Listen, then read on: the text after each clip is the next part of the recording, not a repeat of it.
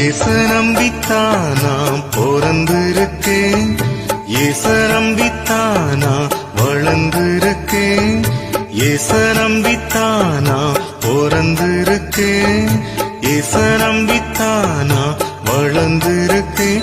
இயேசு சொன்ன சொல்லு காதோரமா இப்போ வந்து வந்து கேக்குதம்மா. இயேசு சொன்ன சொல்லு காதோரமா இப்போ வந்து வந்து கேக்குதம்மா.